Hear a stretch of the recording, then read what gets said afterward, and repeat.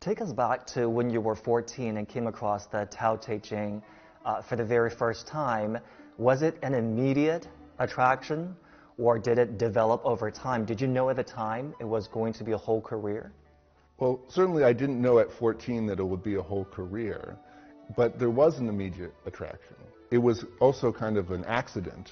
I mean, I went to the library to do some research for a high school social studies paper, and I was looking at the different books on Eastern religion and philosophy, and there weren't very many in my local library. I was from a fairly small town in the US. So I looked at all of them to see if any of them would be useful for my project. And one of them was the Tao Te Ching.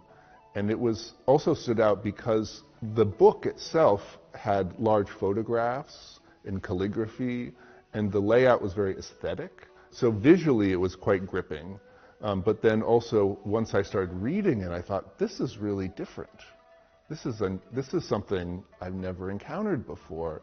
But at the same time, it felt like, oh, this feels familiar, or feels kind of in line with some of the things I value and I think about.